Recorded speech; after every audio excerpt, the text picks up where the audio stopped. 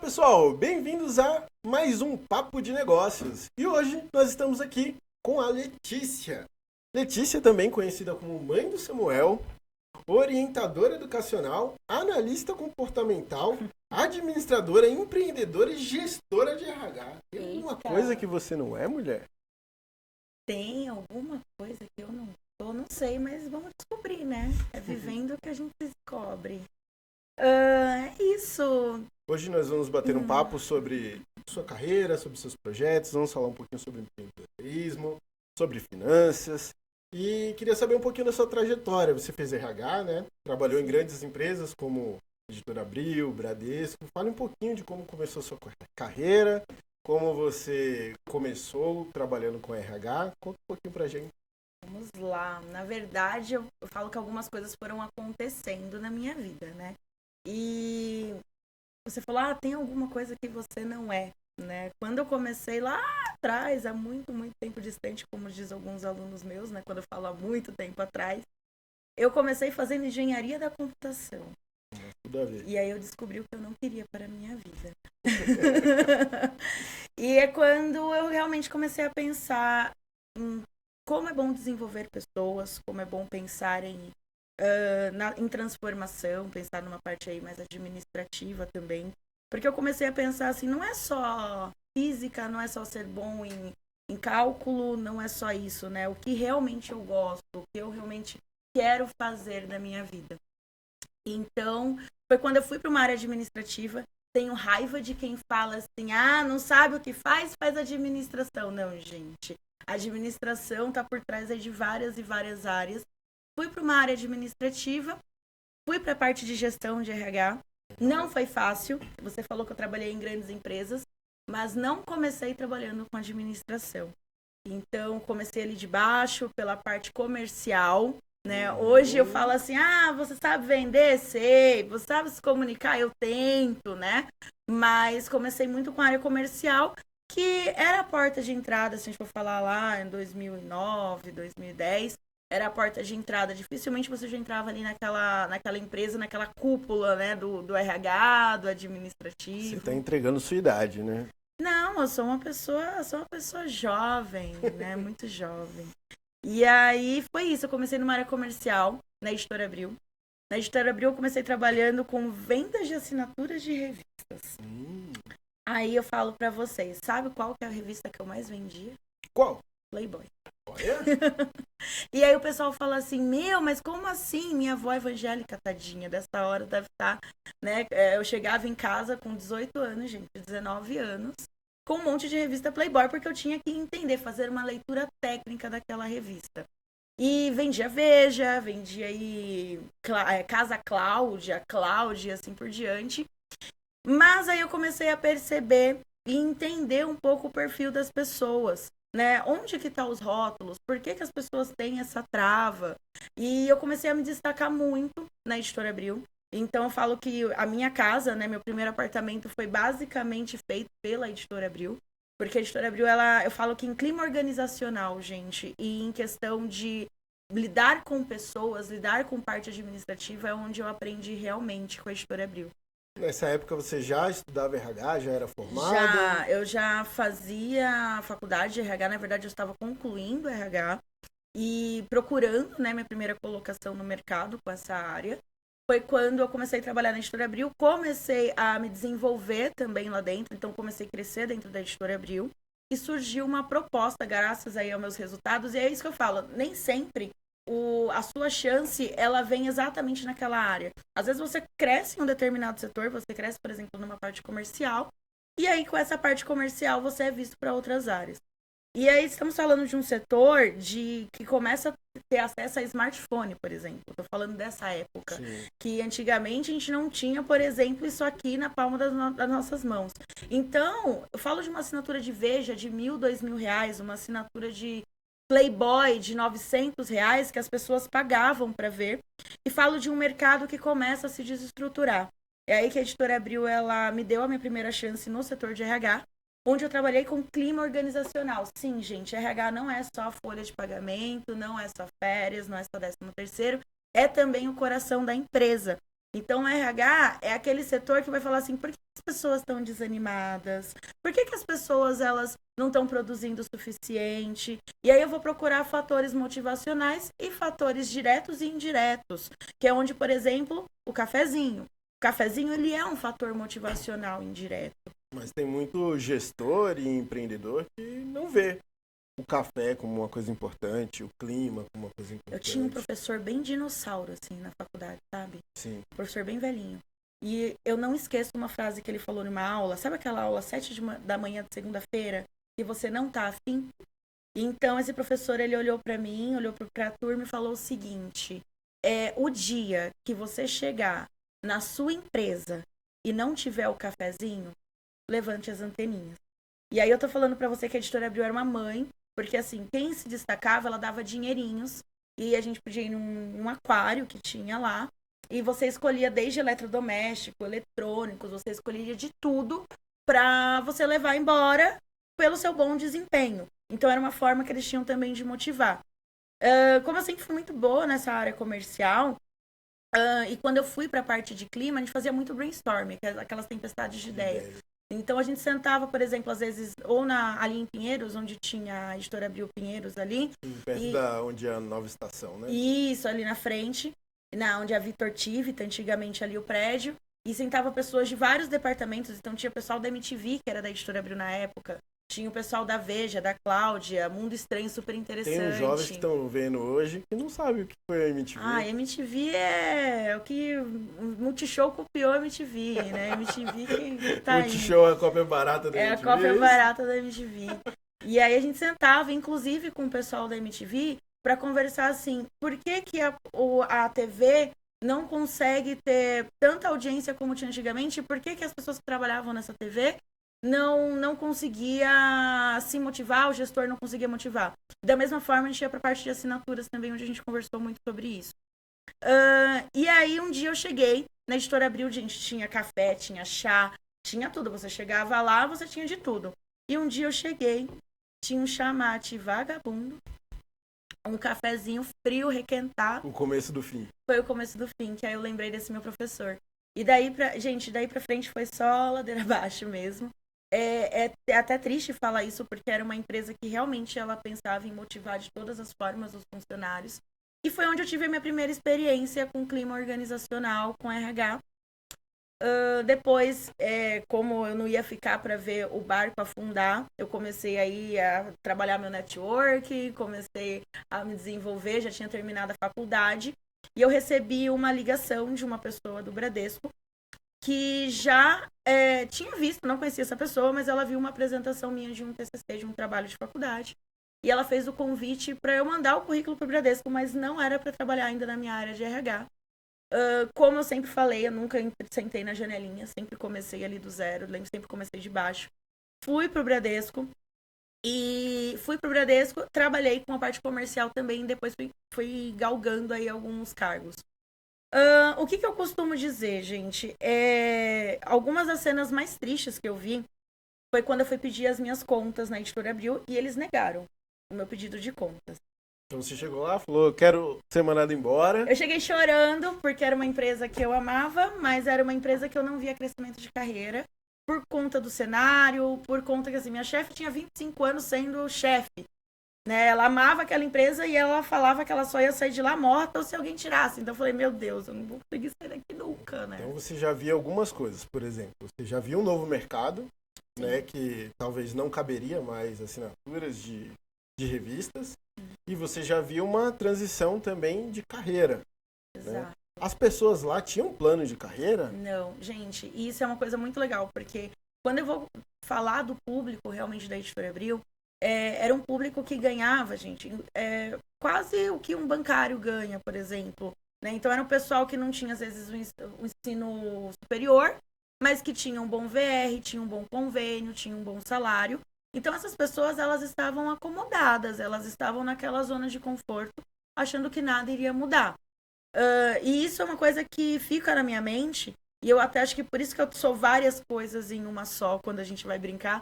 Teve uma aluna minha anteontem não, na sexta-feira, que ela falou assim, fragmentado. Eu falei, ai, que medo, porque eu fico sempre contando algumas histórias. E eu parei, assim, para pensar, né? E lembrei, sempre lembro, e eu acho que esse é até um medo meu, e é por isso que eu fico a todo momento também me especializando. Que foi, eu entrei numa sala, gente, num auditório, na verdade, mais de 2.000 pessoas sentadas. Pais de família, mães de família que ganhavam bem, né, pra época Sim. e tudo mais, que tinham um perfil. E eu vi um CEO entrar naquele auditório e falar assim, a partir de agora, está todo mundo desligado. Então foi uma demissão em massa. Porque assim, gente, hoje eu tenho o Google, hoje eu tenho o YouTube. Quem que vai gastar R$ 2.000 para ver uma Veja? Hoje eu tenho até outras fontes aí que eu não posso falar aqui. Quem vai gastar para ver um Playboy?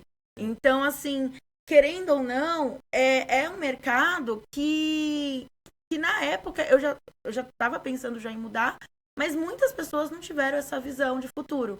Por isso que eu falo que eu cheguei para pedir minhas contas e minha gestora ela falou assim: não, eu não vou tirar, espera até dia 14, acho que foi isso. Até dia 14 de janeiro.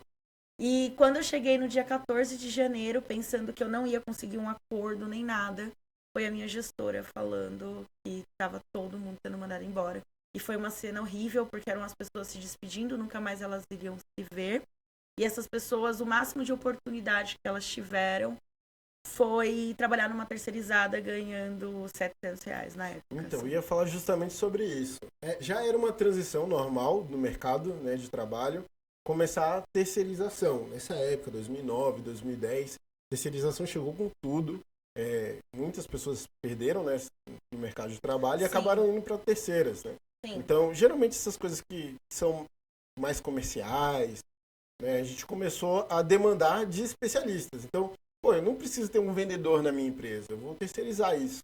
Então foram coisas que o mercado já estava mostrando que iria mudar. Cartão de crédito foi assim, né? Seguro foi assim, então Azul, Bradesco, muitas das grandes empresas já estavam adotando, não que fosse 100% do seu comercial, mas boa parte dele mudando para um terceiro. Né? Então o mercado já estava nessa movimentação. Então, falando um pouquinho sobre o novo mercado, como que você acha que o empreendedor está trabalhando com isso e como os funcionários estão lidando com esse novo mercado? Gente, eles estão lidando com o novo mercado? Eu acho que assim, a pergunta é essa. Nós estamos numa geração, e eu trabalho, gente, eu sou orientadora educacional, trabalho com jovens aí dos 16 aos 22 anos, jovens principalmente no seu primeiro emprego. A minha atividade, eu falo que não é só educar, mas é alertar, transformar e desenvolver algumas habilidades. E eu vejo que, às vezes, na mesma questão da Editora Abril, quando eu falo lá de 2009, quando o funcionário estava naquele automático, eu vejo muita gente indo no automático, principalmente assim, eu estou falando de uma classe média, classe baixa, classe média. Geralmente é o público que a gente acaba trabalhando. Né? Então eu vejo que, por exemplo, quando eu trabalhei na Pronatec, trabalhei com ETEC, ensino GTEC, e eu perguntava às vezes na sala assim, o que você quer ser quando crescer? Gente, isso há 3 anos atrás, 2 anos atrás. O que você quer ser quando crescer? E eu vi por várias vezes jovens falando assim, a minha mãe é atendente ou caixa de supermercado. Nada contra a profissão, sempre falo isso, é uma profissão digna. Sim. Só que é uma profissão antiga, tá? Minha irmã estudou e hoje é caixa de supermercado. Então, eu acho que pelas condições que eu tenho, pelas probabilidades que eu tenho, eu vou ser caixa de supermercado. Eu vejo uma geração que está, por um certo lado, por uma questão educacional, e aí a gente já entra em outras questões até mesmo de segurança pública, educação pública e assim por diante, mas eu vejo uma geração que está até mesmo acomodada pela facilidade. É o que eu falo assim, quando eu estava na escola, por exemplo, antes de eu ter computador, né, antes de eu ter internet, isso, sei lá, 4ª série, 3ª série, 5ª série, eu ainda me pegava, às vezes, com uns livros ou outros que meu pai tinha. Tinha uma amiga minha que eu achava o máximo quando eu ia pra casa dela e ela tinha um CD da Barça.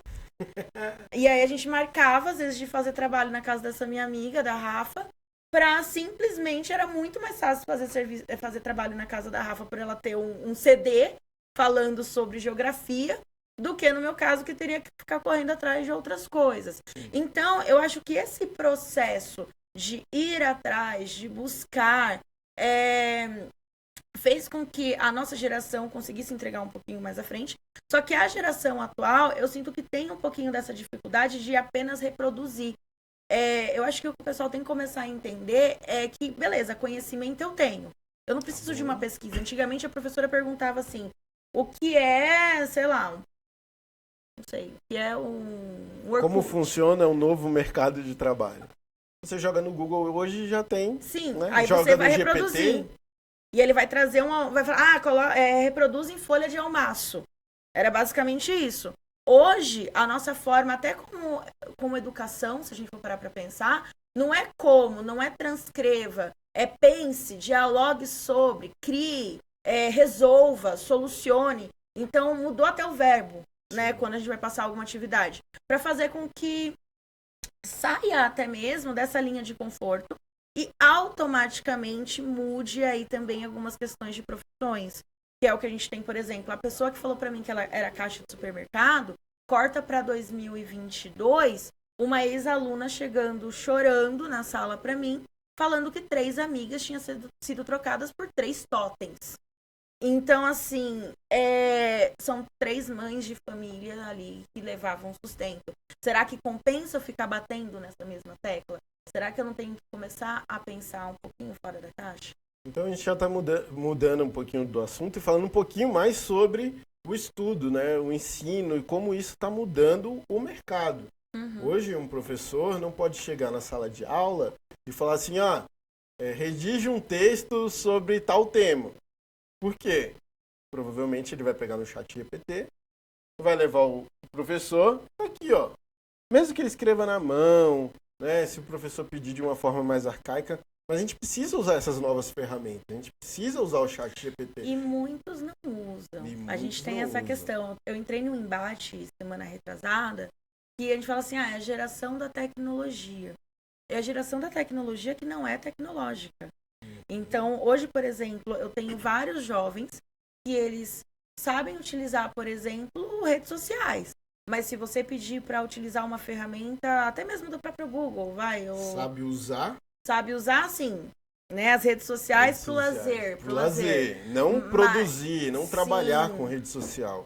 Tem muitos, eu também dou aula, tem muitos alunos meus que falam assim, mas eu vou ser youtuber, eu vou ser tiktoker, mas não sabe o trabalho real que dá, né? Você produzir conteúdo, editar, pensar no conteúdo, fazer um script, não é uma coisa assim tão fácil.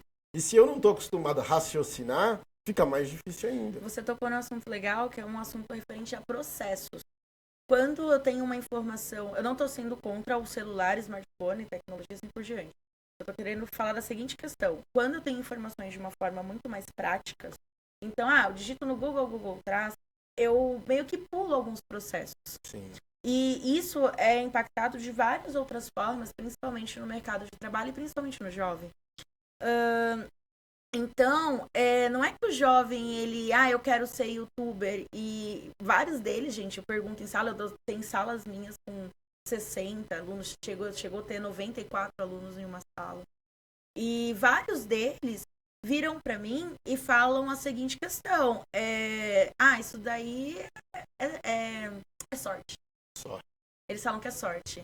Teve uma aluna e ela até falou pra mim que se um dia eu fizesse um podcast, ela ia assistir, eu vou mandar pra ela depois. Eu perguntei pra ela, eu falei assim, e aí, mas e essas profissões do futuro, criador de conteúdo e tal? E ela falou, não, isso é sorte. Pra estourar é sorte. Pode ter um pouquinho de sorte, pode ter, mas tem muito mais processo, tem muito mais dedicação. E isso não só pra questão de conteúdos. Vamos pensar numa profissão que todo menino fala na sala. Sim. Jogador de futebol. Eu tive o prazer de dar aula pra mãe de um jogador de futebol que estourou agora no Palmeiras há pouco tempo. E teve um jovem que ele falou que jogava e ele já foi federado e falou várias questões, né, que ele queria muito. E eu liguei pra essa mãe e falei, será que você não tem um contato de alguém, de um olheiro, um empresário, alguém pra conversar com o menino? Gente, isso foi acho que em dezembro. Nós estamos em maio praticamente, né? Quase maio. Quase maio. E aí eu virei pro menino semana retrasada e falei, e aí? Você não falou mais nada? Como é que foi o processo? Como foi o processo? Eu já vou ver jogo seu. Já fez peneira? Já fez peneira. E aí ele parou, moço assim, falou, mó trabalho. Ele falou que eu tinha que ir para não sei aonde, fazer não sei o quê. E depois eu tinha... Então, entende que é o processo? Aquele cara, ele tá jogando bola, ele tá ganhando dinheiro hoje, mas o processo, ele é doído, né? Tem uma frase que eu gosto muito do Cortella, que ele fala assim, transformar dói, né? Então, você crescer, você conquistar uma carreira, você conquistar um projeto que seja de conteúdo digital, gente, dói, é uma transformação. A gente pega, eu falo assim, meu Deus, como que eu era dando aula antigamente, né? Eu penso assim, ou como eu era trabalhando em RH e clima organizacional antigamente. Você vê uma evolução, mas foi doído, né? Teve muito processo, muitas metas. Hoje eu não trabalho com RH, eu trabalho com treinamento, se a gente for parar para pensar, mas não com RH em si, igual eu trabalhava antigamente. E é um Então eu processo. falo um pouquinho. Então, Editora Abril, né? Bradesco, e agora... Corta pro Bradesco, que aí o Bradesco eu fiz, assim, gente, eu cresci no Bradesco, né? Eu fui da Fundação Bradesco, aí estudei na Fundação, aí o Bradesco não me quis como aprendiz, só que aí depois eles foram lá... Aí, Bradesco. não me quis, perderam o problema deles, aí fui trabalhar na Dynamed com 14 anos como auxiliar administrativo, trabalhando como auxiliar administrativo numa empresa de eletromedicina. Por isso que eu fui fazer engenharia. Porque daí veio a engenharia. Sim, porque eu já trabalhava elaborando softwares para pessoas do HCore, junto com a Catiane, que foi uma mentora maravilhosa. Então eu vi assim a diferença e por isso que a prática era muito melhor do que a teoria na engenharia. Mas aí o meu aprendiz eu não fiz, eu acabei fazendo estágio. E aí eu fui pro Bradesco depois, por conta de um TCC de faculdade, então teve um processo. Às vezes, se eu tivesse entrado no Bradesco lá como aprendiz, eu não teria crescido tanto, igual quando eu entrei lá em 2013, no Bradesco. E aí, eu entrei no Bradesco em 2013, com o setor comercial, mas não, o setor comercial não, era mais um atendimento, era como se fosse uma agência online, né? Um telebanco, né? Pra falar bem a verdade. O povo sofrido, que leva xingo, que tem esse metas. povo que liga pra mim e me oferece cartão, eu não quero? Não, a gente recebia ligação, era como se fosse uma agência. Tá bom. E aí depois trabalhei de madrugada no Bradesco, e foi a melhor parte da minha vida, acho que eu não deveria ter saído por um bom tempo. Eu entrava 11 da noite, saía 5 da manhã, sem ninguém enchendo meu saco. E a minha principal missão era fazer a compensação bancária também, que era quando as agências não davam conta ou a pessoa precisava resolver alguma coisa de madrugada. E era muito legal, fiz bons amigos nessa época. E também conheci um diretor, que foi o Luca, né? Luca, você tá me devendo, Luca. Quero falar com você, tá? Conheci o diretor numa pizza do Faustão, que teve um evento e a pizza ficava 24 horas no telebanco. E na época eu já tinha formação, já tinha trabalhado com clima organizacional e trabalhando com atendimento. Nada contra o atendimento, mas, poxa, eu tive um processo. Eu não estudei tanto pra ficar aqui atendendo. Isso, eu quero fazer diferença, eu quero mudar. Eu falava assim de encarreiramento, né? E aí, é uma coisa que eu falo muito em sala sobre networking. Porque quando geralmente as pessoas veem um cargo de gestão em uma empresa, um diretor, por exemplo, as pessoas tendem a se esconder. Ou as pessoas tendem, ai, nossa, já vem, vai ficar me analisando. E nessa pizza do Faustão, gente, 3 horas da manhã, saí pra minha pausa, era das 3 às 3h20, eu acho. Sentei, peguei minha pizza, olhei ali naquelas mesas do telebanco, quase não tinha lugar. Sentei, tinha uma cadeira do meu lado. Vem o Luca, gente, diretor de banco, trabalha demais. 3 da manhã o cara tava comendo pizza, sério. Tipo, o povo pensa que é fácil. É um povo que. E aí não. O pessoal também fala, eu já ouvi muito isso no banco. O cara ganha uma grana, né? Se ele não trabalhar, mas, meu, não. 3 da manhã o cara tava Você trabalhando. se dedica. O cara tava se dedicando e por amor. E aí, o Lucas sentou do meu lado. E eu lembro que conforme ele ia passando, todo mundo ia fazendo assim, ó. Ia abaixando a cabeça, assim, encolhendo. Por quê? Porque as pessoas não queriam tirar os 20 minutos que eles tinham, por exemplo, de lanche, de janta, do lado de um diretor, que ele teria que ter uma certa postura. Nesse mesmo momento, o Lucas sentou do meu lado. Ele falou, posso sentar aqui? Eu falei, pode sentar. E aí ele começou a perguntar, e aí, tudo bem? O que você faz aqui? Eu fui falando da minha carreira, fui falando do meu processo, falei da Editora Abril, falei da minha formação. E ele falou assim, mas qual que é o seu sonho? Qual que é o seu propósito? Eu lembro até hoje, ele perguntou isso pra mim. Gente, eu não tinha nem 20 anos na época. E você já tinha um propósito? Tinha 21 anos. Eu tinha um propósito, que era trabalhar na minha área de formação. Fui em carreira. Na verdade, não sabia qual área específica do RH, qual setor, mas sabia que queria trabalhar com RH. E aí ele falou assim, você quer muito? Você quer mesmo? Eu falei, quero. Ele falou, então é o seguinte, eu não posso te colocar em setor nenhum, você tem que conseguir pelo seu mérito, mas eu posso ver onde tem vaga para RH e te encaminhar para você fazer processos seletivos. Legal. Só que você tem uma função. Aí eu falei, qual?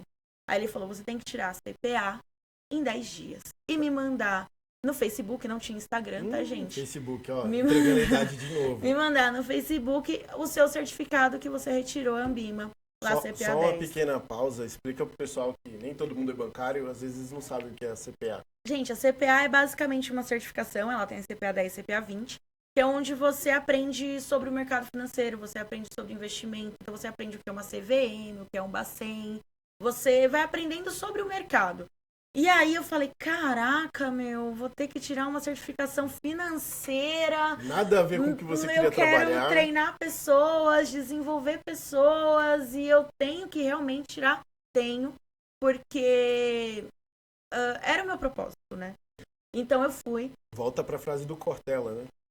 Transformar dói. Transformar dói. Volta pra frase do Cortella. Acho que é por isso que essa frase me pega tanto. E aí eu tirei em 8 dias. Não foi em 10. Então você teve um professor bom. Tive um professor que está na minha frente. Então era assim, eu trabalhava, eu estava já fazendo uma pós na época em psicologia, voltada para psicologia organizacional. E aí eu falei, não, é isso que eu preciso para conseguir ir para minha área, então é isso que eu vou fazer. E aí eu estudava, gente, de madrugada, de manhã, de tarde. Eu agendei a prova e eu passei assim, tipo, logo de cara. E aí eu já mandei, saindo já da FGV, que a prova era feita na FGV, saindo da FGV já mandei mensagem pro Luca e passei. Gente, demorou acho que menos de uma semana, eu já comecei a receber um monte de ligações de departamentos para processo seletivo, ou seja, não foi realmente esse que indica, tá? Então foi um processo mesmo. Foi um processo, demorou só te indicou. quase 3 meses. Legal. De processo. Só uma pausa aqui, vou fazer um jabá, tá? Eu tenho um curso preparatório para CPA, então quem quiser trabalhar como bancário ou no mercado de investimentos, eu vou deixar o link aqui embaixo, ou um QR Code, se o meu social media colocar aí, para ir direto pro meu site. E assim, então, corta que assim, eu trabalhava em banco, gente, mas eu aprendi o que era na minha época, porque hoje não se usa mais, eu aprendi o que era cheque, aprendi o que era esses serviços bancários nesse momento aí. Eu tava aprendendo o que era banco, aprendendo o que era certificação. Nesse momento eu passei assim logo de cara, foi bem legal. O pregão Viva Voz ainda existia na BMF, né? Então tinha. Existia. A idade aí de novo, né? Hoje você entra no computador, faz operação pelo celular, coisa mais fácil do mundo. A gente tinha que ensinar para o cliente o que era um internet bank, um home broker.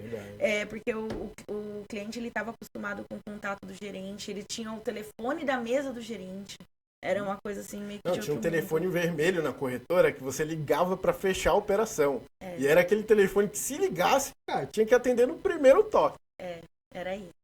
E aí foi isso, eu fiz 3 meses de processo seletivo, entrei pro RH Prime. Foi uma escola, eu tive gestores maravilhosos, gestores nem tão maravilhosos assim. E aí eu falo que é nesse processo que a gente aprende o que é crescer, o que é ser gestor, o que é RH. E aí eu trabalhei uma parte com treinamento, né? Então a gente fazia muito uma administração desses treinamentos. E nós treinávamos para CPA 10 e 20. Olha então, só. assim. Tá vendo que foi importante estudar?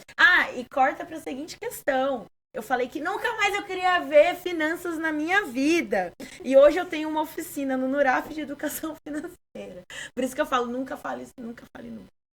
E aí depois eu trabalhei com movimentação de funcionário, que é onde eu fiquei a maior parte do tempo, que eu tive uma gestora maravilhosa. Toda vez que eu vou falar de diferença de chefe, diferença de líder, eu falo do nome dessa gestora, que é a Karina, que ela me ensinou, assim, coisas pra vida, coisas de, assim, gente, fusão do banco, ou seja, um banco compra o outro, e você movimentar funcionários, você fazer PDV, você fazer controle, apresentar painel. Então, assim, foram experiências eu falo que me traumatizaram, Mas eu cresci muito e eu pude ver uma experiência de líder muito grande também, que é a Karina, que hoje eu tenho, assim, como espelho. E eu trabalhei com RH no Bradesco, foi um momento muito bom, eu cresci muito. O Bradesco, ele tem essa coisa de acolher. Então, você pode sair do Bradesco, mas você vai ter algum amigo da época, ou você tem alguma experiência legal da época, ou até, eu falo que até nas coisas que você não gosta tanto, você cresce. Sim, né? Porque você sabe o que você não quer também, é importante. E em 2018 foi quando virei a chavinha. Eu estava trabalhando direto, a gente estava com migração do sistema, estava com integração de um banco, SBC, né? No Bradesco. A gente estava ficando louca, a Karina sabe disso, as meninas que trabalham comigo sabem disso. Fomos sobreviventes. E aí foi quando eu falei, eu não quero isso pra mim. E eu comecei a me especializar, você não falou, mas eu sou esteticista também. Como eu disse, né? O que não tá incluso aí? Então, deve estar na parte de empreendedorismo, né? Eu vi que você passou suas informações para mim e que tem uma visão empreendedora. Daí você começou a empreender? Daí eu comecei a ter noções de empreendedorismo, né? Porque uma vez me chamou a atenção, eu tava andando na Paulista, prédio que eu trabalhei muito tempo, além de Osasco, foi na Paulista, e nós fomos almoçar, e uma pessoa que tava com a gente virou e falou o seguinte, viu uma pessoa vendendo alguma coisa na rua, assim, e ela falou assim, nossa, eu não sei como que essas pessoas se bancam, não sei como essas pessoas se mantêm. Como se o único trabalho digno ou o trabalho que desse para viver era o trabalho de um banco. E aí eu parei e comecei a ver que eu não tinha vida. Eu saía da minha casa às 5 da manhã. Não que agora eu tenha muita vida, né? Que minha gestora não veja isso. Mas assim, eu saía às 5 da manhã e eu chegava em casa às vezes 8, 9 da noite. E beleza, tinha um salário legal, tinha um cargo legal, tinha estabilidade, porque dificilmente me mandariam embora ali naquela situação. Só que eu falei, poxa, eu não quero isso. E será que realmente não existe vida fora isso aqui? Sabe? Começa a bater um desespero. E aí foi quando eu comecei a procurar outras fontes de renda. E aí eu me especializei em estética e trabalhava com estética também, fora do banco. Então, simultâneo. A minha rotina era até 5 da tarde no banco e eu começava uma agenda em Osasco a partir das 7 da noite, que eu ia até quase 10h30, 11 da noite, trabalhando com estética. E, gente, eu não tinha ainda meu estúdio, não tinha meu espaço. Então eu comecei a fazer collabs. Então eu fui no centro de Osasco, gente, aquele calçadão, entrava de salão em salão de cabeleireiro e falava assim, você tem estética? Você não quer incrementar uma estética? E comecei a deixar cartãozinho, folder, panfleto, comecei a usar as mídias na época também para divulgar. E dali eu fiz uma clientela muito boa. Só que, gente, para quem já foi no centro de Osasco, na Antônia Gu, sabe como que é salubre. Insalubre, gente. É nojento, assim. E aí eu comecei a olhar aquilo e falei, se eu tenho clientela, se eu tenho clientela vindo nesse lugar, o que não seria se eu fosse para outro? E aí eu tive eu tive um espaço meu no Novo Osasco, que era um bairro, só que não era o meu público. E a importância do empreendedor conhecer o mercado, ter uma pesquisa de mercado, conhecer o público. Sim. Né? E aí não era o meu público. Não era viável pro seu público. Não era viável. E aí eu acabei me pegando numa situação que eu tinha o meu espaço, eu tinha um aluguel, tinha contas para pagar do meu espaço, mas a minha clientela estava nos salões, no salão de cabeleireiro, por exemplo, que eu tinha 1/3 do gasto, do custo. Então eu fechei meu primeiro espaço. Posso falar até que eu não falo que eu fali, porque eu não tive perdas financeiras, assim. Mas eu fechei e continuei no autônomo até que tive a opção, né, de trabalhar no Spa Alívio, que funciona até hoje em Osasco, hoje com fisioterapia, graças a Rosana também, que fez o convite junto com a Sheila. E aí eu trabalhei com estética e foi quando eu comecei a migrar os meus clientes desses salõezinhos que tinha, por exemplo, para essa clínica que já era mais estruturada. E foi muito legal, foi um processo muito legal, porque eu vi o reconhecimento e transformar dói. Então, vocês podem parar para pensar assim, nossa, mas foi tão fácil migrar Não, gente, eu ia pra congresso de domingo, eu ia pra congresso de segunda, eu fazia cursos de sábado e domingo. É aquela coisa, o que você está fazendo quando os outros estão dormindo, estão descansando? E aí eu tinha gente do banco que às vezes me olhava e falava assim, você é louca, né? Você deixou isso pra ir estudar. E assim, eu tirava quase a mesma coisa do banco, se a gente for parar pra pensar. Né? A questão financeira não mudou tanto, mas meu esforço era maior. Claro. E essa frase, só pra finalizar, que eu falo demais. É por isso que eu te chamei como convidada. Inferno. Você fala. Uma coisa que acontecia muito no banco era que o pessoal dava 5 da tarde e o pessoal ia pra casa, ia pro bar, ia beber, ia pro salão. E quando eu não tava indo pra estética, eu tava indo fazer pós, eu tava indo fazer curso. E várias pessoas falavam isso. Nossa, você é maluca. Eu fiz uma imersão, gente, quando chegou esses cursos de imersão. Né? Tem coach no seu currículo não, mas também, eu não gosto de colocar, não. Porque eu fiz coach na época que era bom. Que era bom? Na época que não falava que você vai do 1.000 a 1.000.000 em 2 dias. Ou que você é analista comportamental e você entende. Não. Eu fiz coach numa época bem legal, na época que surgiu. Paguei R$8.000 no meu curso. E aí eu ficava sábado e domingo, das 7 à meia-noite, fazendo imersão. E eu cresci muito com esse curso, cresci muito. Hoje eu uso muito das ferramentas. PNL. Desenvolvimento e tal. Legal. Uso muito até mesmo com jovens. Mas eu tinha gente que olhava pra mim e falava assim, nossa, você é maluca. Por que você ficou dentro de uma sala de aula sábado e domingo? Por que você... Então, assim, gente, transformar dói. Eu acho que nada vem por acaso. Eu não acho que eu sou a pessoa mais desenvolvida ou que eu tô no meu ápice profissional. Mas eu acho que tudo é um processo também. Sim, e até um planejamento. Eu ia falar um pouquinho sobre planejamento de carreira. E às vezes a gente está tão imerso, né, no nosso dia a dia, no nosso trabalho, que a gente esquece que tem outras opções, como sua amiga do banco falou. Né? Que eles vivem, né? Como eles comem, como eles coexistem. Sempre tem mundo fora da onde você está. É engraçado porque o jovem hoje em dia ele tá muito desmotivado. Sinto isso também no meu jovem. E um dia eu falando sobre uma frase que uma professora da escola me disse. Me disse não, ela falou na sala, né? Ela nunca me disse isso, senão eu acho que eu cortaria. Mas ela falou na sala e ela chamou um aluno de medíocre. E essa professora virou minha amiga até hoje, assim, ela é aposentada e minha amiga. E aí ela chamou um aluno de medíocre. E esse aluno, eu lembro que, foi o fim pra ele. Tem pessoas que até hoje lembram disso. Em medíocre, eu falei, poxa, aí eu falei isso com o pessoal da escola, eu falei, o que vocês acham? É uma ofensa, né? Realmente, tem coisas que você fala que dependendo do seu tom de voz, uma ofensa. Mas se a gente for pensar na palavra em si... Na essência. Qual que é a essência da palavra medíocre? Mediano, estar na média. Estar na média.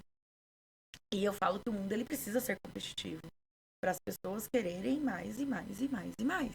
Se não sempre estar na média, você entra no comodismo. Olha a Editora Abril, sim, lá em 2009, com um monte de gente sendo mandada embora porque estava na média. E nem sei mais onde eu estava. Sentada, né? Sentada na cadeira. Da professora que falou... Sobre a questão do medíocre, sobre estar na média, enfim. E aí eu começo a pensar assim, poxa, será que eu não preciso ser competitiva? Será que eu não preciso me desenvolver? Será que o estar na média é bom? Né? E aí a gente entrou muito nesse debate essas últimas semanas na escola, que eu comecei a falar pra eles assim, lembrei o gancho. Eu falei pra eles assim, mas você é medíocre? Você está abaixo ou acima da média? E fui perguntando um por um, uma sala de 40 alunos. E aí uns pararam e começaram a cair a ficha. Eu sou medíocre, e agora? Ou pior, tiveram alguns que falaram assim, eu estou abaixo da média. Porque eu ainda falei assim, estar acima da média não é que você alcançou o seu objetivo. É que você entendeu a sua situação atual e você está tomando alguma decisão para isso. Isso é estar acima da média. Né? Não é você já alcançar o seu objetivo. É pensar além. Entende? E aí vários começaram a cair essa ficha. E um jovem olhou para mim e ele falou assim, mas é fácil falar que eu vou conseguir tudo que eu quero. É fácil falar que se eu me esforçar, eu consigo. Gente, transformar dói. Olha o Cortella. Transformar dói. Eu não tô falando que vai ser fácil. Por acaso vai ser o título desse vídeo, Transformar Dói. Tá bom? Já tem. Cortou a produção. E aí esse jovem olhou e falou isso pra mim. E aí eu falei pra ele assim, claro, você tem um ambiente todo ao seu redor, você tem cobranças, você vai ter pessoas, vai ter situações que vai te desmotivar. Mas o que você tá fazendo? Qual o seu planejamento? E aí tem o gancho do planejamento. E aí muitas pessoas perguntam pra mim assim, quantos anos você tem, Pro? Você não tem cara de ter 40. Você não tem cara, mas você já trabalhou com estética? Você já foi pra Portugal? Você já trabalhou no Estúdio Abril? Já trabalhou no Bradesco? Corta que ela falou uma coisa agora nova, tá? Portugal. Depois a gente volta nesse gancho. Gente, e corta pra uma questão de planejamento, tá? Eu fiz muitas coisas ao mesmo tempo. E aí sim, eu consegui trabalhar com estética e com banco RH ao mesmo tempo. Consegui trabalhar com, por exemplo, comercial, empreendedorismo. Então, assim, eu consegui fazer muitas coisas ao mesmo tempo porque eu tinha um planejamento. Claro que trabalhar demais, e aí eu sempre venho a cara do meu pai, assim. E meu pai falando assim, tá valendo a pena tudo isso? Meu pai, ele faz essas perguntas. Tá valendo a pena você acordar às 5 da manhã e dormir essa hora e ter dor de cabeça e tal? E eu falo que se você tem planejamento, vale a pena porque você tem prazo para começar e prazo para terminar.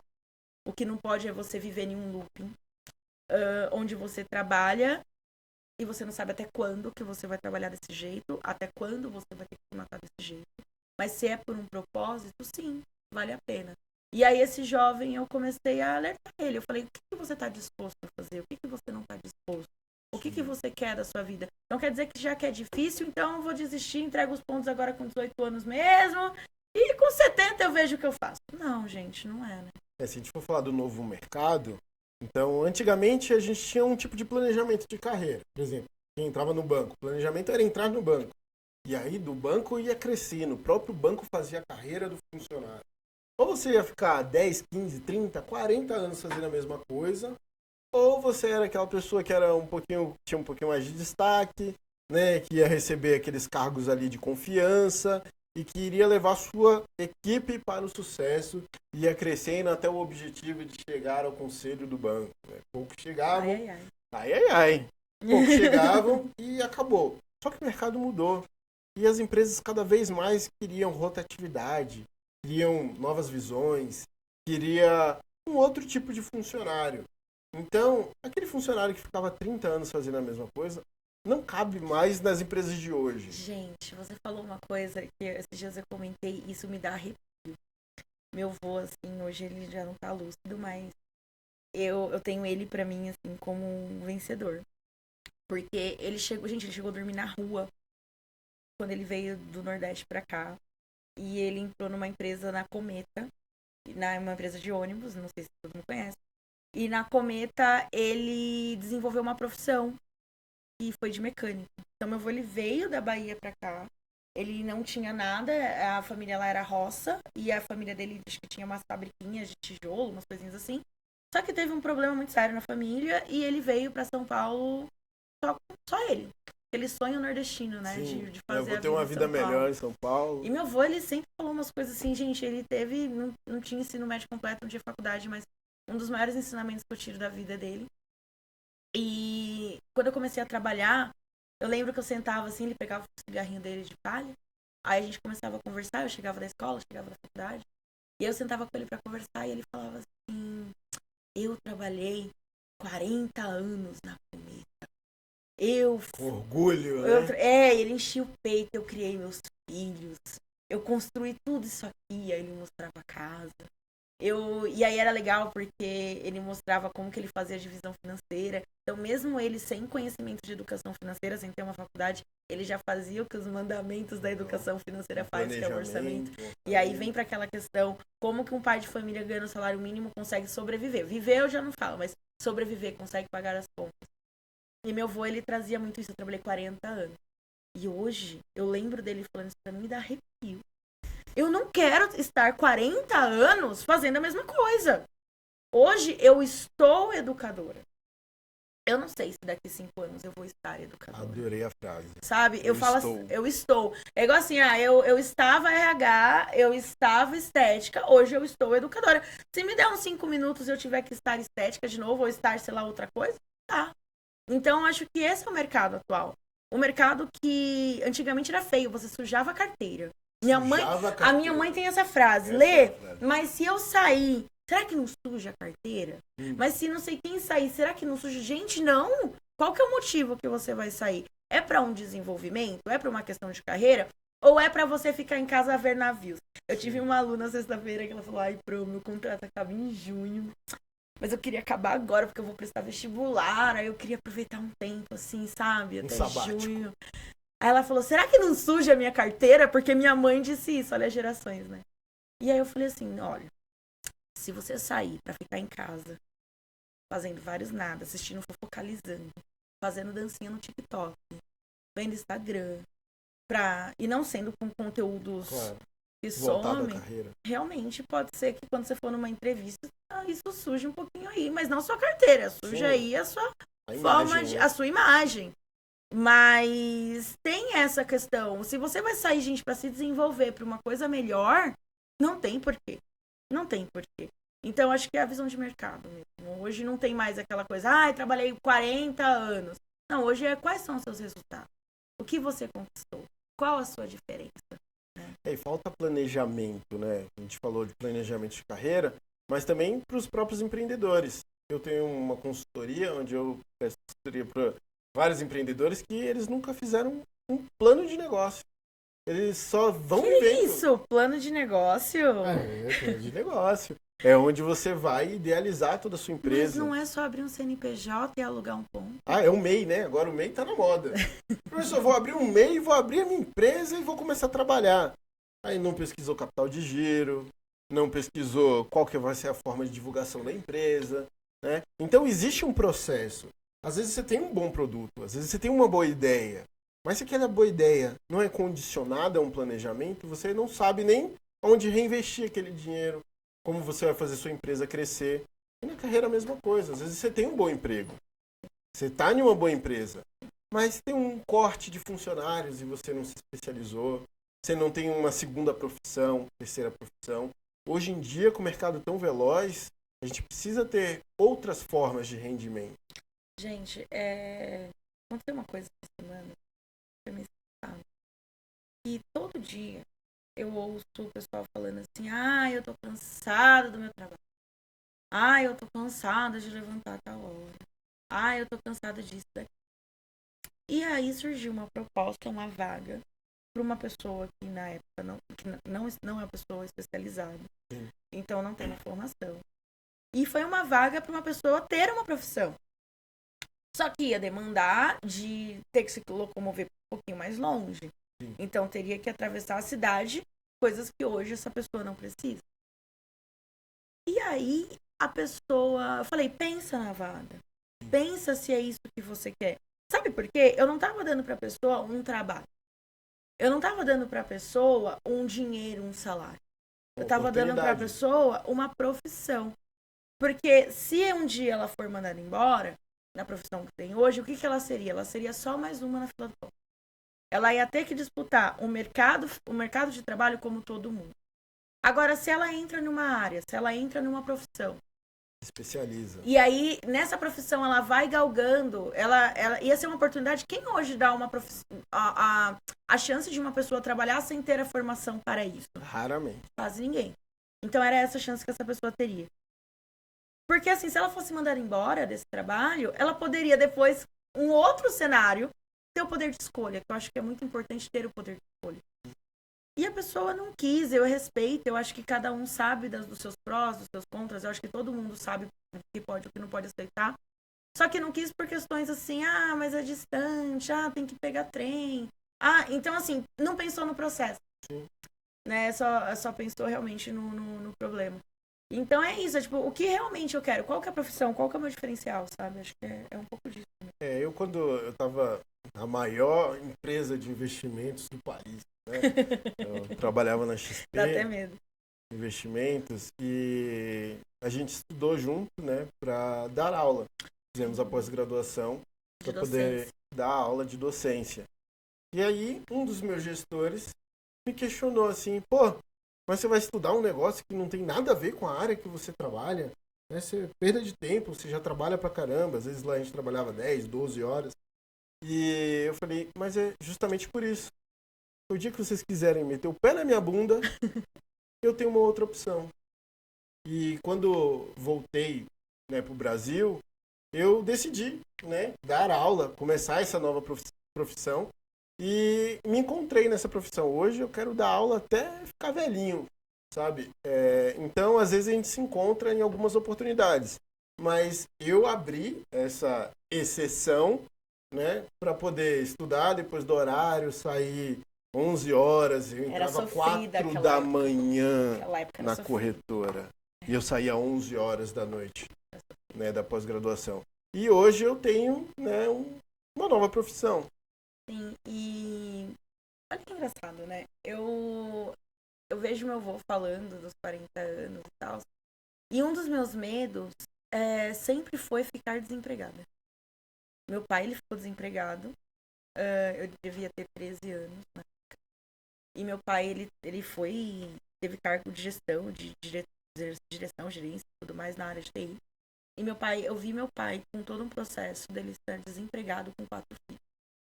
E uma esposa que não tinha na época uma formação, mas tinha um trabalho. Já era alguma coisa, um alívio. Já era alguma coisa. E aí ela tinha um salário também básico, gente, nada demais. E eu via o quanto meu pai ele se dedicou. Então eu coloquei algumas coisas assim, que eu tenho alguns medos. Quando eu falo de medos, eu não tenho medo de falar medo, não. Porque eu acho que o medo ruim é aquele medo que te paralisa. O medo bom é aquele medo que te alavanca pra você conquistar coisas. Então, eu tinha medo de ficar desempregada. Então, a todo momento, eu fui me especializando também, porque eu falava assim, eu tenho que ter profissão.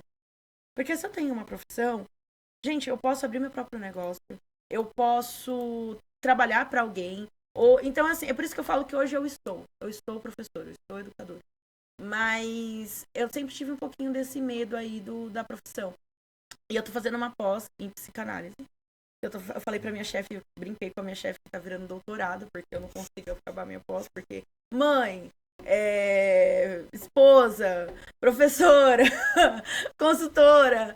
São muitos cargos, hein? São 12 artigos pra fazer, eu não tô conseguindo, não tô dando conta. Mas eu vou terminar. Porque eu acho que isso é um propósito também, tá? Eu fiz faculdade de psicologia e especialização agora em psicanálise. Então, assim, é uma profissão que eu pretendo seguir também por um tempo. Eu acho que tá até na minha meta de vida pra daqui 10 anos, quem sabe. E ela não para, tá? Não Continua. Não para, sabe por quê? Sabe qual que é a minha meta? Qual?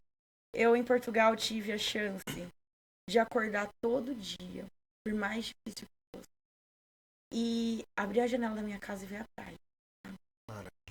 E aí eu trabalhava, a gente fala de CLT, de condições trabalhistas e tudo mais, eu vejo o povo metendo pau no meu trabalho, eu digo dos jovens e tal. Agora, vai trabalhar lá fora. Que lá, por exemplo, é como se fosse vários meses, né? Vários meses. Então, você trabalha, você ganha muito, mas você trabalha muito. De segunda a segunda. Isso. E aí, eu trabalhei um tempo para a Iberdrola, que é como se fosse a Enel. Sim. Trabalhei para a Iberdrola. E depois trabalhei com estética, trabalhei na minha área e trabalhei com gestão em estética. Então, trabalhei responsável técnica lá também. E aí, muitas vezes, eu chegava em casa meia-noite. Só que do caminho da estação pra minha casa era o mar, assim, era a orla. E não tinha nada mais gratificante do que ir sentindo aquele cheirinho de mar, assim, sabe? De praia. E isso me dava forças todos os dias pra continuar. Desde quando eu acordava até quando eu voltava. Era bem gostoso. E eu coloquei isso como meta de vida. Eu vou, Agatha, eu já falei pra você, se você assistir isso, viu, minha chefe? E eu vou abrir um polo em Santos, nem que seja. E aí eu vou trabalhar em Santos. E ver a praia todo dia. E ver a praia todo dia. Mas um dos meus ideais da psicanálise também é isso. Eu quero trabalhar de casa, eu quero trabalhar de onde eu conseguir, sem muita coisa, com um notebook ou no máximo, assim, e ver o mar todo dia. Assim. Vou te fazer uma pergunta que fizeram pro Jack Sparrow uma vez. Ai, Jesus. Que medo. Você planeja tudo ou vai improvisando no meio do caminho? Nossa! Vamos lá. Vai baixar a Letícia professora um pouquinho. Nós temos o empreendedorismo, né? E esse empreendedorismo, você falou de planejamento. que tem o empreendedor por necessidade e o empreendedor por oportunidade. Perfeito. Tá? O empreendedor por necessidade é o pai de família, como meu pai, por exemplo, que ficou desempregado com 4 filhos e ele teve que empreender, ele teve que arrumar computador, formatar computador, ele teve que colocar plaquinha lá, prestar serviço para agência de turismo, de suporte técnico. E esse era meu pai, empreendedor por necessidade. Ele não teve tempo de pensar em missão, visão e valores, ele não teve tempo de pensar em planejamento financeiro, em como que seria a parte funcional, operacional, ele não teve tempo para isso. E tem o empreendedor por oportunidade. Que é aquele que, por exemplo, é o que eu fiz no banco. Sim. Eu vou trabalhando, eu tenho minha renda, então eu vou estudando, eu vou me especializando. Vai indo aos pouquinhos. Eu vou indo aos pouquinhos. Esse é o empreendedor por oportunidade. Sente o mercado. Deixa eu sentir meu público, meu cliente. Só que eu falei que eu também errei. Mesmo depois que eu saí do banco, eu errei no meu público. Sim. Eu fui para um público do bairro, quando meu público era um público do centro. Eu tive que fechar um negócio, foi aqui, os 5 mil reais que ficou ali na mão daquele povo que alugou o salão para mim. E aí eu digo que não tem como empreender, não tem como você se planejar e você não ter que fazer ali uns improvisos. Sim, claro. E isso eu acho que é importante para qualquer pessoa que vai empreender hoje. Você vai planejar sabendo que vai ter coisa que vai dar errado. Vai ter coisa que vai estar fora do seu controle. O que você não pode é perder seu equilíbrio emocional. Você não pode deixar aquilo te desestabilizar, tá? Então, eu acho que isso é o mais importante. É você ser um empreendedor por oportunidade ou por necessidade, mas saber improvisar e não deixar que isso te desmotive. E mudar o planejamento também faz parte. Você não é a mesma Letícia de 10 anos atrás. Jamais. Que sonhava em trabalhar em RH no banco. Né? Então você mudou aquela visão. Nossa, você falou um negócio e assim, eu lembro quando eu fui contratada no Bradesco. Nossa. Eu lembro eu descer na estação Trianon, porque eu fui contratada na Paulista. E eu chorava sozinha, assim, andando assim, chorando, tipo, porque eu lembrava da minha mãe, que trabalhou não sei quantos mil anos no banco, do meu avô. E assim, o Bradesco, ele tem aquela coisa da pessoa estuda na fundação e trabalha até morrer. E trabalha até aposentar. E, nossa, eu lembro quando eu entrei no banco e aí eu chorava, assim. E eu falei, nossa, agora minha vida tá estabilizada. Posso pensar só em bancar minha casa, então, ter filho. E tá tudo certo. E aí corta pra 5 anos depois, eu, pelo amor de Deus, quando que eu vou sair disso aqui? Primeiro que eu não engravidei, não conseguia ter filho, não conseguia... Eu falei, não, eu não quero isso não. E eu acho que é isso, é você ver que as coisas não é pra sempre e que mudar o planejamento é normal e não é feio, por exemplo, você ter um monte de formação. Eu acho que o mercado hoje em dia, ele julga muito, falando de tipo assim, você não pode mudar a profissão. Como assim? Quem é você na fila do pão pra falar que eu não posso mudar de profissão? Tem uma coisa que eu odeio, é alguém falar o que eu tenho que fazer, o que eu não tenho que fazer. Eu posso fazer tudo que eu quiser e tudo que eu me permitir, tudo que eu planejar. Bom, receba essa. É isso. Uma coisa que eu falo para meus jovens, e eles dão risada, eles falam, você então é a bruxona, então, né, professora? Fala, não sou a bruxona. Eu falo que, assim, eu não faço nada do que eu não gosto. Eu posso até estar fazendo coisas que eu mudaria, mas eu não vou viver fazendo algumas coisas que eu não gosto. Eu não vou. Eu vou pensar em como eu posso mudar, pensar em como eu posso me planejar. Então, assim, é igual aquela questão do banco. Fiquei no banco até ter o dinheiro para eu picar a mula e abrir meu negócio e depois ir para Portugal. E é isso. Legal. Você falou um negócio importante. Lá vem. Até ter seu dinheiro. Como é o seu planejamento financeiro? Como é a sua conversa com o dinheiro? Né? Porque você trabalhou em banco, você tem certificação, CPA, pode indicar investimento. Né? Como que é o seu planejamento? A gente falou da importância do planejamento para o empreendedor. Falamos para o funcionário, para a sua carreira. E com o dinheiro, como é que funciona isso? Você planeja igual você planeja a sua carreira? Planejou quando você foi abrir sua empresa? Como que é o seu papo com o dinheiro? Só fazendo um adendo.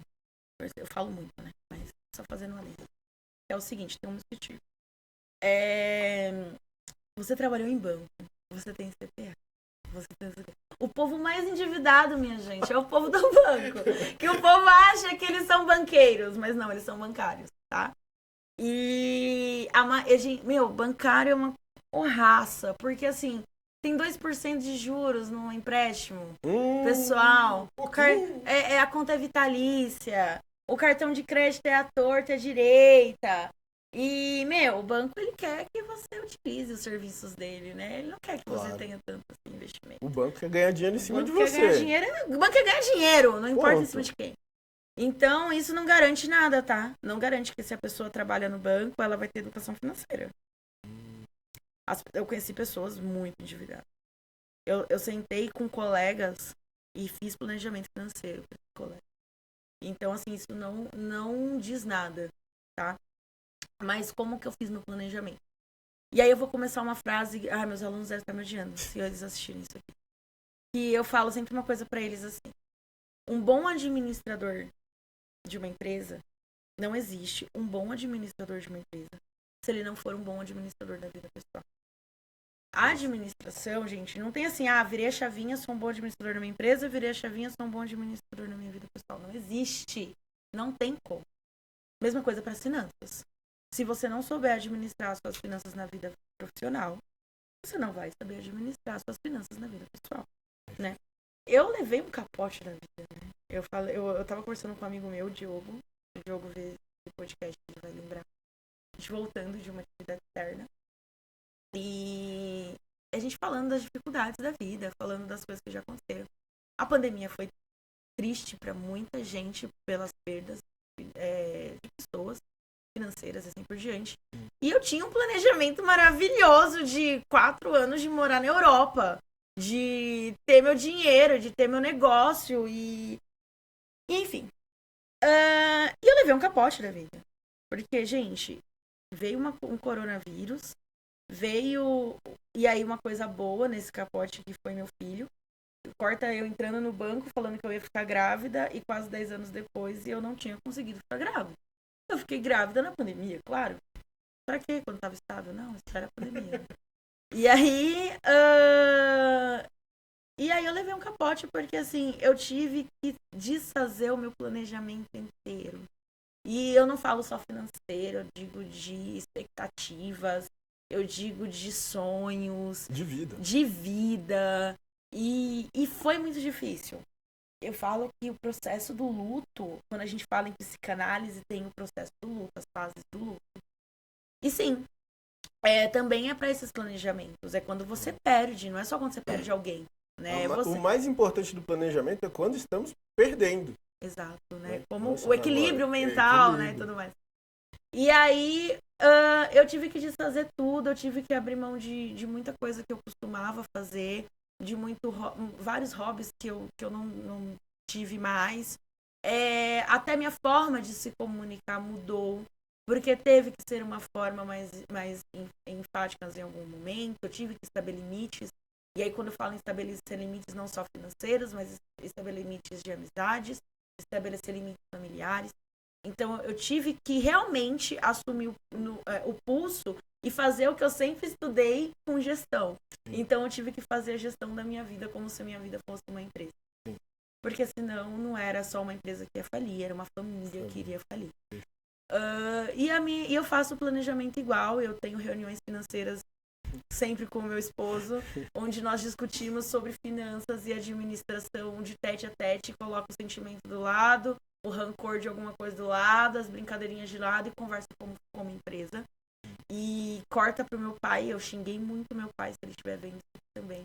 Eu passei a minha adolescência xingando meu pai, falando que ele era uma pessoa fria, porque ele olhava pra minha mãe e ele falava assim, a família é uma empresa. E a gente precisa gerenciar. E eu, imatura, adolescente, falava, você é frio. Como você trata a sua família como seus funcionários, como a tua empresa, como que você faz... Cadê o amor, o carinho, empatia, compreensão, e pisciana, né? E com a lágrima rolando aqui, né? Tipo... Amor e empatia não põe comida na mesa. Amor e empatia não põe comida na mesa. E aí hoje corta eu para minhas planilhas junto com meu marido. E eu lembro, quem me ensinou a mexer no Excel foi meu pai. Eu ajudava ele a fazer as contas de casa, olhando para as fórmulas. E é isso, gente. Não existe um planejamento financeiro diferente de uma empresa.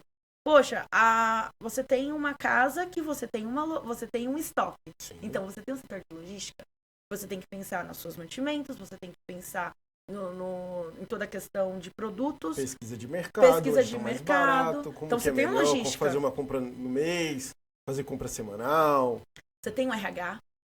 Você tem um RH, você tem que manter o coração da tua família, você tem que manter a sua família equilibrada, você tem que manter a sua família com todos os benefícios e todas as Isso, os precisa ter custos, motivação, precisa ter recreação. motivação. Você tem a sua família ali, né? Você tem toda a parte de administração, que é você ficar lidando com problemas, gestão de risco, gestão de projetos, prazos, estratégias e metas e assim por diante. Então, eu hoje vejo que eu lido com a minha família, assim, com muito amor, com muito carinho. Mas na hora de falar sério, eu falo sério. Por mais pisciana que eu seja, né? E aí eu tenho uma amiga que falou pra mim que eu sou ariana, que eu não sou pisciana, que eu sou brava. Mas é só a capa. Porque eu preciso lidar. Eu preciso gerenciar isso. Senão minha família não consegue galgar. E aí, só pra finalizar, passam-se 3 anos depois da nossa queda, né? Depois da nossa crise. Que é onde, depois de 3 anos, a gente tá começando a colher alguns resultados. Então, hoje eu estou numa instituição que eu gosto muito, é uma instituição que cobra muito, né, como pessoa, como profissional, que é o NURAP, com todas as questões dele. Então, eu tenho meus projetos, mas eu também tenho a minha família e a gente tem os nossos planos que a gente está começando a colher agora. Algumas coisas. E é sobre isso, né? Uma empresa, ela nunca vai dar dinheiro no primeiro mês, segundo mês. Ela tem estudiosos que falam que para uma empresa começar a dar dinheiro é no mínimo 3 anos. 3 anos. É isso, ADM? Isso mesmo. É no mínimo 3 anos e não tá sendo diferente também na minha vida pessoal. Pessoal, para vocês que estão com dificuldades aí de ter um planejamento financeiro ou para abrir uma empresa ou gerir sua empresa, eu tenho cursos especializados nessas áreas. Tá? Vou deixar aqui também no link da descrição, talvez um QR Code, tá? Para vocês serem direcionados. Então, quem quiser aprender a fazer a sua gestão financeira, né? Começar a investir, ter uma reserva de emergência. Eu falo bastante sobre isso nos meus cursos, nas minhas mentorias. E para me achar, né, já ensinei no Instagram, no TikTok, no YouTube. Eu tenho bastante conteúdo gratuito aqui no YouTube que fala sobre planejamento financeiro e também sobre administração e empreendedorismo. E agora a nossa convidada vai deixar seus contatos, né? Como o pessoal te acha, te encontra. Já acabou. Nossa, foi rápido, né? Mais de quase 1h30 falando. Gente, por onde que vocês me acham? Vamos lá. Instagram, né? Então, _eu mesma, Lima. E só assim, é eu mesma porque eu fui hackeada graças ao meu filho, tá, gente? Ano passado, meu filho clicou no link lá do Mundo Bita e aí fizeram um monte de videozinho meu com inteligência artificial falando sobre que eu investia R$1.000 e ganhava 10 mil. Isso graças não existe, a Deus, tá, pessoal? Não existe. Graças a Deus, meus alunos não caíram na época, mas aí eu tive que recuperar meu Instagram e ficou eu mesma Lima, _ eu mesma Lima, porque o pessoal perguntava, é você mesmo? É, eu mesmo. E é por isso. E o meu LinkedIn, Letícia Lima, vai ter milhares. O suporte, como que eu faço pra passar? Letícia da Silva Lima só? Será que eles me acham? Não, eu deixo aqui na bio, tranquilo. Letícia da Silva Lima. Lá eu posto algumas coisas no LinkedIn voltado principalmente para o mercado de trabalho. Primeiro emprego, jovem aprendiz, juntamente com o NURAP, que é a instituição que hoje eu represento muito. E é uma instituição que eu estou gostando bastante. E acho que é basicamente isso. Acho que... isso, pessoal. Não deixe de deixar o like, compartilha isso para geral. Vocês, aprendizes da Dona Letícia aqui, se vocês estiverem assistindo... Eu tô com vergonha, acho que eu não vou Por favor, compartilha para todo mundo, para esse bate-papo chegar ao máximo de pessoas. Eu sei que tem um monte de gente aí querendo abrir sua empresa, querendo melhorar no mercado de trabalho. Eu acho que vai poder ajudar muita gente. Não só meus aprendizes, meus alunos da UNET também. Eu queria até mandar um abraço, porque eu saí da instituição com um apertinho no coração, faltou formar uma turma. E eu tenho uma turma muito boa, Regiane, Márcia, Elaine, Etienne. E as meninas, elas estão botando para quebrar no empreendedorismo. A Regiane, inclusive, ela precisa vir no podcast. Ela tem 20 e pouquinhos anos. E ela representa a questão do salão, da cultura afro, do empreendedorismo, do empoderamento feminino. Então, assim, acho que ela precisa muito vir pra cá. E é isso, mandar um beijo, um abraço. E pra elas seguirem e pra fazer curso com o Jader, porque eu sei que vocês eram minhas alunas, mas o Jader, ele também é rápido. Pessoal, também só falando, esse é o novo estúdio, né, o novo modelo de podcast. E se vocês quiserem, né, tem a pretensão de criar seu próprio conteúdo, criar seu podcast, seu curso online, eu vou deixar aqui também o contato do estúdio da Vox, fica na Granja Viana, tá bom? Nossos novos parceiros aqui. E aí, se vocês quiserem vir conhecer o espaço, provavelmente eu vou estar aqui também gravando meus conteúdos. E espero poder ajudar vocês também, pensando em desenvolver também um curso voltado a isso, a criação de infoprodutos. Se eu tiver demanda, então deixo o agradecimento para quem está me fortalecendo aqui e com um convite para vocês.